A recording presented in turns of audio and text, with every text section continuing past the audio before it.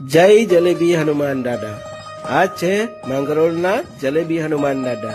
અને આ જે જલેબી બને છે એ આપણા માટે નથી, એ છે આપણા સૌના પ્યારા જલેબી હનુમાન દાદા માટે. મંદિરના સંચાલકના જણાવ્યા અનુસાર આપણા જીવનમાં અનેક ગૂંચ આવતી હોય છે, જે ગૂંચ જલેબી સમાન છે.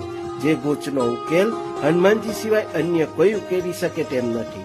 મંદિરે હનુમાનજી જાગૃત સ્વરૂપે ઉપસ્થિત છે. મંદિરે આવતા ભક્તો પોતાની સમસ્યાનો હલ કરવા હનુમાનજીને પ્રાર્થના કરે છે અને પ્રસાદી રૂપે જલેબી ચઢાવે છે.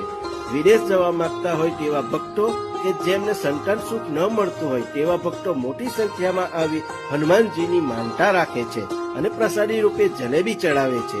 અહીંના હનુમાનજીના વિઝાના હનુમાનજી તરીકે પણ ઓળખવામાં આવે છે. તો બોલો જય જલેબી હનુમાન દાદા.